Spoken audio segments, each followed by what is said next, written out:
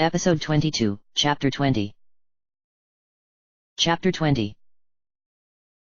Now, if you have any problems with that sword or the arrows, you come right back here, Robbie said as Link placed the wrapped bundle of arrows. They were much too large and unwieldy to place in his quiver with the other arrows, in the saddlebags next to the fresh salted meat and vegetables that he had received from in town.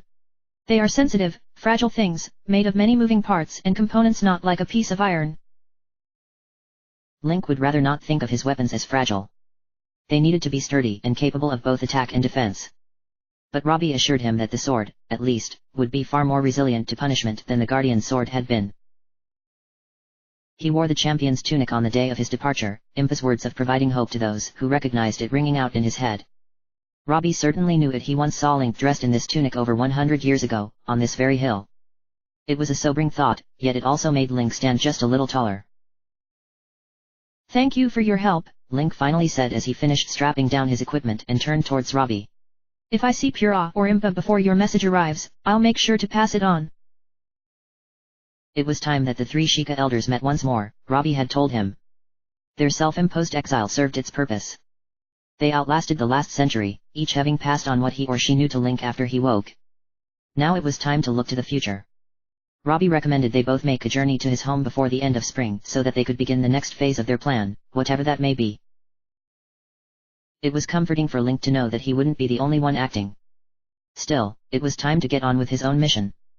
Death Mountain loomed far over the mountains to the west, and the smoke rising from its open maw seemed thicker and blacker now than before. It was a cause for some concern, especially when Robbie told him that the volcano had last been this active in the year leading up to Calamity Ganon's return. Link hoped that his detour to better prepare himself would not result in disaster for others. He and the married pair of Sheikah each said their goodbyes, with Link promising to keep Jaren informed of any new shrines that he encountered. She had hoped that Link would travel with her to another shrine some 3 days away, but he had refused as politely as he could. It had already been too long since he freed Ruta as it was. With one final wave, Link spurred Spirit into motion, riding out of the small ramshackle village of New Kashuto. After he left the town, he angled to the left, taking the south road instead of riding back the way he came in towards the quarry. The memory still fresh in his mind, he wished to avoid being anywhere near that place for the time being. Perhaps he would try to revisit it another time to see what other memories might surface, but for now, he wanted to keep moving. As he continued down the gentle incline, he rode past farmland where a handful of residents of New Kashuto worked the fields. Several of them looked up at him as he passed, but none stopped him or called out. The people here, like in many other places in Hyrule, were unaccustomed to seeing newcomers. Merchants like Telma seemed to be the only tenuous links that existed between the scattered residents of Hyrule. Thinking on the boisterous red-haired woman made Link feel anxious for her safety. She was the first person that he had really met after waking. He had seen no sign of her on the road since they parted ways at the Dueling Peaks stable, him heading towards Hateno village and she Zora's domain. In all of the excitement of the divine beast, he hadn't even thought to ask them if she had made it safely. The eastern road that led north alongside Hyrule Field did not seem as infested with monsters as he had initially feared, but the stable that Link had met Cass at certainly indicated that it wasn't always as safe as Link had found it. As Link rounded a bend in the road surrounded on either side by rock walls, the scenery opened up to reveal an open field, miles wide, without a tree in sight. To the east, the ocean stretched onto the horizon, and Link would see that strange spiral-shaped patch of land that he had noticed before. A herd of wild horses grazed in the field not so far from the road. He could tell from Spirit's gait that the horse wanted to pick up the pace, to run in the open field, and Link couldn't blame him. He gave Spirit his head and leaned low as Spirit broke into a gallop, leaving the road behind and running out into the field. The wind blew Link's hood off of his head and caused his hair to stream back behind him. A flock of cranes took flight, startled by the man and horse that ran by. Joy bubbled up from Link's stomach and soon he grinned and laughed as they raced across the land. Spirit's gallop lasted for a surprisingly long time. Previously, when Link had kicked Spirit into a gallop, the horse had shown good endurance, but no horse could gallop for more than a few miles at a time. This time, however, Spirit maintained his gallop across the entire field, seeming to relish in the salty sea air and the feel of grass under his hooves. What should have taken them several hours to cross ended up taking less than an hour. When, finally, Spirit slowed to a walk, his sides heaving with deep breaths, they had crossed the entire field, and the ground had begun to steadily rise again.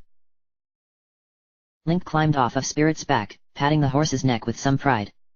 The horse had earned a short rest, for sure. Surprisingly, after nearly an hour of galloping, Link didn't feel sore, either. If anything, he actually felt looser and more rested than he had felt in days. They had, apparently, both needed to burn off some of the tension. After giving Spirit a carrot from his pack, Link walked over to a small rise, taking a seat in the grass. He pulled out some of the fruits and vegetables that he had received from the village to eat. Did we see this, when we came here before? He wondered aloud. Spirit snorted and bent his head low to eat a patch of grass, having finished his carrot. Not you. I mean me and Princess Zelda. Princess Zelda and I. He stared out at the ocean. Zelda and I. Something about saying her name made him feel a rush of... what? Warmth? More than that. It made him feel nervous, too. An excited sort of anxiety.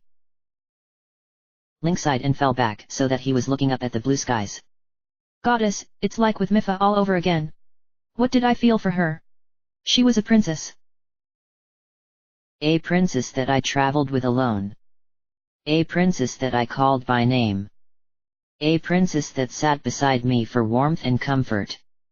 A princess that I was sworn to protect. He didn't like the uncomfortable feeling that settled into the pit of his stomach at these thoughts and closed his eyes.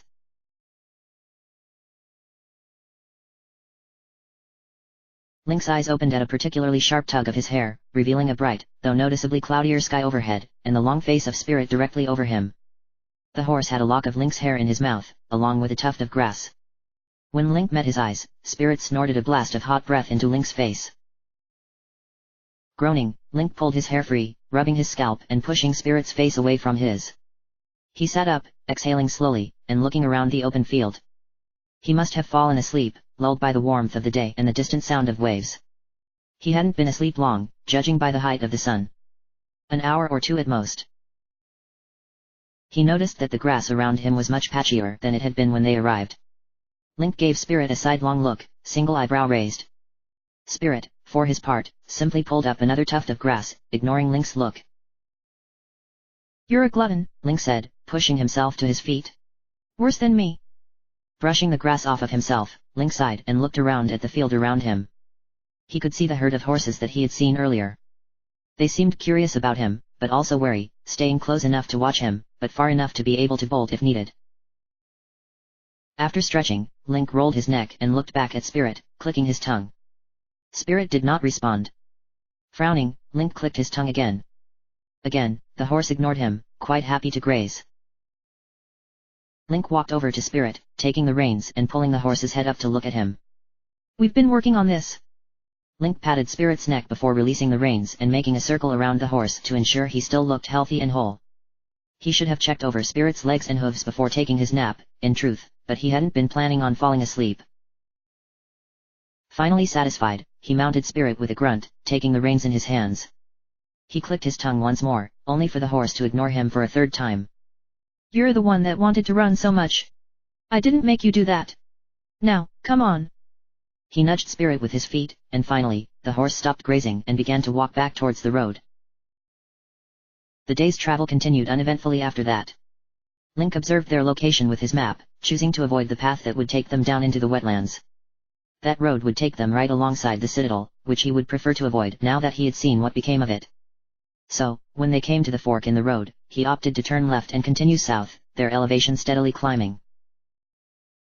According to the Sheikah Slate's map, this area of the Akala Highlands was largely devoid of Hylian habitation 100 years ago. There had been a few small settlements, but they were unlabeled. So that was why, as the sun began to set over the mountains to the west, Link was surprised to find a place lit by torches and lamps, and what appeared to be a familiar-looking house in the process of being built. The strange sight was a little off the road, on a large island in the middle of the lake that made up half of the Turin wetlands. The island was accessible by a natural land bridge that connected it to this side of the lake. The vegetation on the bridge had been cleared away, and he could see cart tracks leading from the road to the bridge. The island had, likewise, been cleared of vegetation, and a multi-story house had been framed. Several tents stood off to one side, near stacks of construction materials, along with several carts, and a number of horses and mules. The other side of the island, however, held a number of large boulders and stone outcroppings that he imagined would prove very difficult to build around. Link pulled Spirit to a stop as he reached the bridge, frowning as he looked across to the strange construction that seemed so out of place in this otherwise deserted location. As he watched, several men walked into view, each wearing a colored vest. At their head stood a man that Link recognized, tall and broad, with a mop of black hair and an equally thick mustache. Hudson of Bolson Construction. From Hateno Village. What in Hylia's name? He turned spirit, guiding his horse across the bridge. At the entrance to the construction site, a pair of posts had been driven into the ground on either side of the bridge, with a sign hanging between them. The sign had no words on it, however, and it just served as an arch to pass under. As he approached, the group of men that had apparently just sat down around a fire to eat their evening meal stood, looking wary. None of them were armed, while Link was, perhaps, too armed. Hudson walked forward, looking up at Link with a frown. Finally, he said, "Mr. Link." "Hudson, right," Link said as he dismounted. "What are you doing here?" "Building." Link looked at the tall man, feeling slightly amused by his short way of speaking. It could be difficult to get a sense of what he was thinking behind the mustache. "Well, yes, I can." "When did you get here?" "I just saw you in Hateno Village." And Link had the advantage of instantaneous transportation through the Sheikah slate. "About 2 days ago." That would mean that they had been just a day behind Link on the road. They had probably left right after he bought the house in town. "I think we should have that house finished in another 2 days." "But no one lives out here," Link said, still confused. "We do." "So you quit working with Bolson and decided to move out here?" Hudson looked surprised at this, looking back to the other men that were observing their conversation. He looked back at Link. "No." At Link's silence, he continued. "Bolson asked us to come here. Build it, and they will come. That's what the boss said," said one of the other men. Link thought that he might recognize him from his evenings staying in the inn when he first arrived to Hateno, but he wasn't sure. "You're just building out here in hopes that people will move here?" "Yes," Hudson replied. "And no." He paused, seeming to consider for a time. Apparently deciding that more words were needed, he continued. "Bolson heard that some people were hoping to move out here. Some people from Hateno and Lurelin. He sent you out here to build houses for them." "That's not a house." Bolson looked back at the building being construction, and Link thought that his posture changed slightly. He stood up a little straighter. Prouder. "That is the new headquarters for the North Bolson Construction Company." The other construction workers all beamed at his mention of the name. Link was not a businessman. He was fairly certain that he hadn't been one in the past, either. Still, this all seemed to be a very high-risk operation to him. Then again, he had met Bolson. The man could be eccentric. "But why set up here? Why not New Kashudo?" "This is where we were asked to set up. And I liked the location." Well, Link supposed that was as good a reason as any other. And he had to admit, though, that this was probably a better place for a construction company to set up shop. New Kashudo had a few small groves of trees, but it was largely fields and farmland. This side of the Akala Highlands, however, was much more densely forested. Still, he wasn't sure about the viability of this business expansion of Bolson's. There was an awkward pause as they both looked at each other, not sure where else to go with their conversation. Finally, Hudson motioned towards the cook fire that he and his men had set up for their evening meal. "Want to join us?" Link did, sharing some of his own supplies with them as they sat down together to eat. As they ate, they explained in more detail what, exactly, they were doing here. It would seem that the head of a wealthy family from Hateno village had spoken to Bolson of his desire to move out to the Akala Highlands in order to recover some land that once belonged to his ancestors before the calamity. The man had agreed to finance an expedition into the Akala Highlands, including the construction of several homes for him and any employees that he brought with him. Bolson, seeing an opportunity, decided to expand on the original investment. Rather than merely build a plantation, he imagined something far grander. A new settlement. The first new Hylian town established in nearly 100 years. An entire town built by the newly established North Bolson Construction Company, with Hudson at its head. There was, of course, one little snag. "We need a goron," Bolson said as he ate some of the stew that they had made. "A goron?" Link asked, looking up from his own bowl, spoon in one hand. "A goron." Hudson lifted the bowl to his lips, tilting it back and drinking off the remains. Some of the stew dripped from his mustache when he lowered the bowl. Those rocks are a lot worse than we were expecting. When Bolson told us there would be some rocks that we had to clear, we were thinking some, well, rocks, said another of the Bolson construction employees named Nelson. Not huge boulders the size of houses. We just don't have the manpower to clear them, Hudson continued, nodding towards Nelson. It would take months, even with everyone back in Hoteno village, and we don't have the necessary tools or materials. With just us, it could set Tari town back for. He looked around at the other construction workers. Years. Maybe longer. But a Goron could help. Well, yeah, Nelson said, his voice excited. They're the experts when it comes to rock breaking, right? Hudson nodded again while sucking his mustache. A Goron or two could do it easily. I was thinking about sending some of the sons up to the mountain and see if they could find any willing to work with us. They? Sons? Link asked, frowning. Every other eye around the fire turned to look at Link, staring at him. Finally, Hudson cleared his throat. You didn't notice? At Link's confused expression, a few of the other men around the fire started chuckling. It's one of the most important policies that we follow at the Bolson Construction Company. All employees must have a name that ends with son. Well, Link supposed that, in the face of the fall of civilization, there would always be some oddities that might crop up. The stress could make anyone crack. So, if I wanted to join your team, you couldn't. Because my name isn't Linkson. I suppose you could choose to change your name, but... Hudson considered for a moment, but then shook his head. No, I don't think the boss would like that. So no. We appreciate the offer, though. I wasn't offering, Link thought with a small smile. But, out loud, he said, I'm actually going to be heading up to Death Mountain. I'm on my way there now. I can ask if any Gorons would be interested in coming down to help. Hudson rubbed at his mustache in thought, squinting at Link over the fire. Link, for his part, wasn't quite sure why he was under such scrutiny. Finally, Hudson nodded. I can't offer you any pay since you aren't an employee. But we would be very grateful if you were able to find any Gorons to assist us. I'm not asking for any. As long as their names adhere to standard Bolson Construction Company naming guidelines. Maybe this wasn't a good idea. Right. Well, if I come across any Gorons who are interested in helping and have names that end in son, then I'll make sure to send them your way. Great. Hudson said, clearly happy with this turn of events. The corners of his mustache, which covered most of his mouth, rose in a smile. In that case. He rose from his seat, walking over to a nearby barrel. He grabbed a couple of mugs off of its lid. As soon as he did so, the other men around the fire quickly jumped up, hurrying over to him. After a few moments of busy commotion, Hudson walked back to the fire, holding 2 large mugs full of amber liquid, while the others busily filled their own mugs at the cask. Got to ration this stuff, since it's all we got, but since we're entering into a mutually beneficial business arrangement, it seemed like the right time. Hudson held the mug out to Link, who took it warily.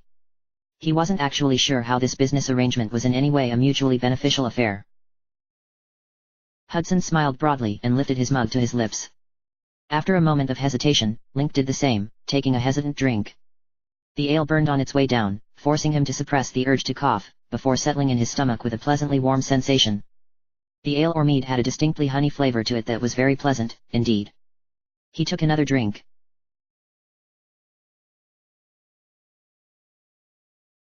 So I don't have any idea how in the goddess name I'm supposed to kill a giant pig demon, Link said, gesticulating with his hands. The other men had gone off the bed, leaving Hudson and Link the sole individuals left by the dwindling fire. But I've got to. For her. Well, you have to find a way to save her, Hudson said, nodding sagely. Exactly. I mean, I can't leave her trapped in there with it, right? I am, or was, I don't know, her knight.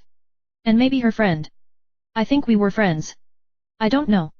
I wish I could remember more of the damned past. I don't remember a lot of my childhood. Hudson lifted his mead to his lips, finishing off his mug. Apparently I fell off a tree and hit my head. Mama said I barely made it. I hate not remembering anything. It feels like I'm missing a part of myself. I can't help but to think that, if I remembered everything, this wouldn't be so bad. I would know just how to defeat it. Link paused, frowning.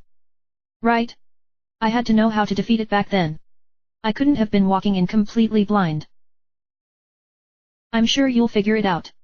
You killed the thing in Zora's domain. Yeah, by sheer happenstance. If Mipha hadn't been there, I'd be as dead as... Link trailed off, grimacing. I don't know. He paused, looking down at his empty mug. How many drinks had he had? He couldn't remember. You know, I keep thinking that I heard Zelda talk to me while I was in Zora's domain, after freeing the divine beast. I could almost swear that I heard her while I was sleeping, but she hasn't answered me since. Maybe you were just dreaming. It didn't feel like a dream, though. I've had dreams about her, too, and it wasn't the same.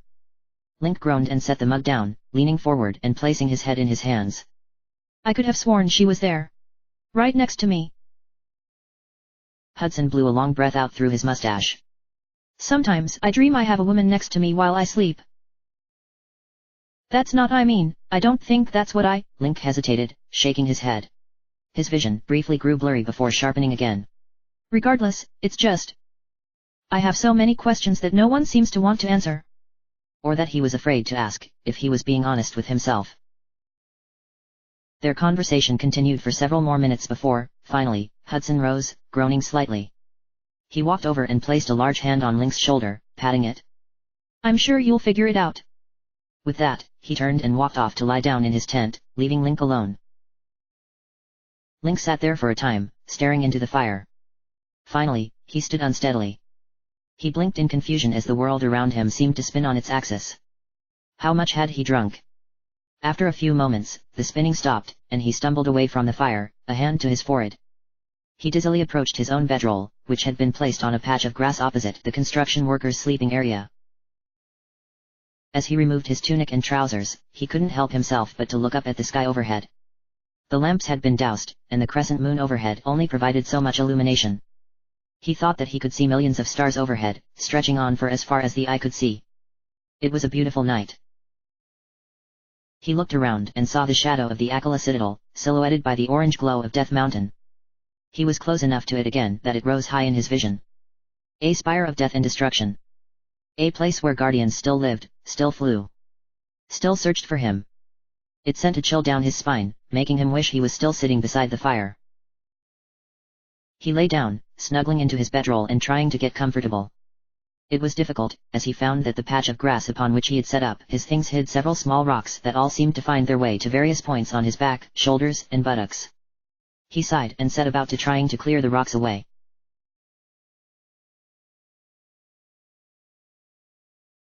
Fire. Everything was burning. Everyone was dying. He stood alone in an open circle surrounded by buildings aflame. Distantly, he heard screaming. People in pain. His people. He whirled around, looking for someone, anyone, that he could save. But he saw nothing but a city in flame. Where are you? He called, eyes wide with panic. Where was his family? Where were his friends? Where was his princess? Answer me. Where are you? More screams. More terror. He broke into a run towards an alley, but the fires spread to engulf it before he could reach it. For a moment, he thought he saw a face, a girl, several years younger than he, with blue eyes, but then it was gone. Consumed by fire. He turned, sprinting the other way. Another alley. Another way out. But it, too, burst into flames as he approached. He heard the sounds of metal clanging against metal. Men screaming as they died. Where are you? Link. A voice. His princess. His Zelda. He turned, eyes wide, looking for her. She had just been with him, hadn't she? When had he lost sight of her? He sprinted around the large circle. In the center of it was a broken fountain that had dried up. Princess! He heard a scream. A terrible, awful scream. It made his blood run cold. Zelda! Something crashed behind him, and he whirled, eyes widening in horror. 6 legs, each long and flexible, climbed over the rubble and bodies of its fallen brethren. It stood over him, and he was too weak to run any more. He barely stood, leaning against his sword. He couldn't fight any longer, but he could die on his feet. The blue eye found him and flashed red with recognition. It began to charge its beam, and he screamed in furious denial. The eye fired. He burned. He bolted upright in his bedroll, chest heaving, eyes wide with panic. For a moment, everything still burned around him. He could see that terrible blue eye looking down at him with the intent on ending his life. But then it was gone, and he was still on the island that had been named Tari Town. He placed a hand to his chest, feeling the way his heart raced. When he pulled his hand away, it came away wet. He was drenched in sweat. His hair, free of its ponytail, was plastered to the sides of his face. His bedroll was soaked. Shakily, Link stood. The weakness that he felt made him think of how he had been in the dream, barely able to stand, using his sword to support his weight. Grimacing, he reached up, brushing sweaty bangs away from his eyes before walking unsteadily over to a water barrel that belonged to the carpenters. He ladled some water into his mouth before pouring some over his head. The chill water sharpened his mind, driving the lingering effects of the dream from his consciousness. Link took another deep gulp of the water before stepping away, placing a hand to his forehead. It had been so real. He felt the heat of the fire. He felt the terrible blast from the guardian strike him. Had it really happened? It seemed to him that it was only a dream. Just a nightmare. He hoped it was. Slowly, he stepped forward, all thoughts of returning to his bed forgotten. He would not be sleeping any more this night. And it was still night, he saw. The moon had moved inexorably closer to the horizon, but the sky had not yet begun to brighten with the coming dawn. The night was cool, but it felt good, for the moment, on his bare chest. He stepped around a small outcropping of rock, sitting down on it and looking up at the sky overhead. Millions of stars dotted the night sky, as far as the eye could see. Seeing them now, he realized that he could pick out a few constellations that looked familiar to him, yet he didn't know their names or significance. With a quiet voice, not wanting to wake any of the sleeping men, he said, "Can you hear me, princess?" He got no response, though, outside of a distant bird's call. She was probably trapped in the castle, unable to see or hear. Imprisoned by Ganon. "Princess?" Nothing. He could remember the panic he had felt in the dream. He had needed to see her. Needed to know she was safe. Was she safe now? "Princess Zelda."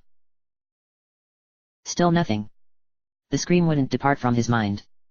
That awful sound that seemed to pierce his very soul. "Zelda."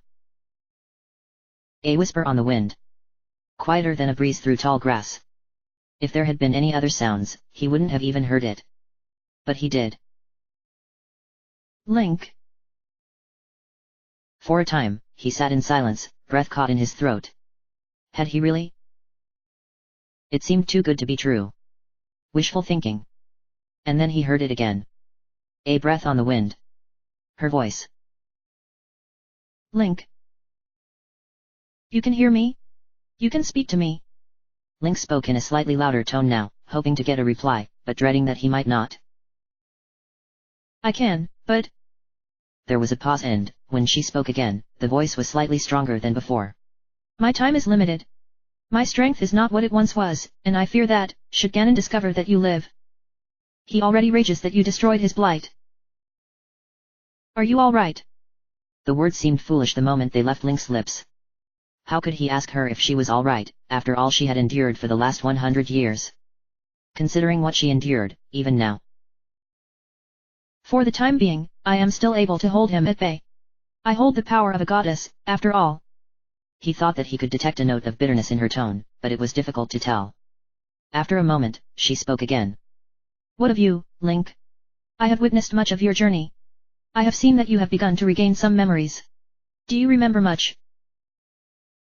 "Too little," he whispered, looking down. "Fragments. Events.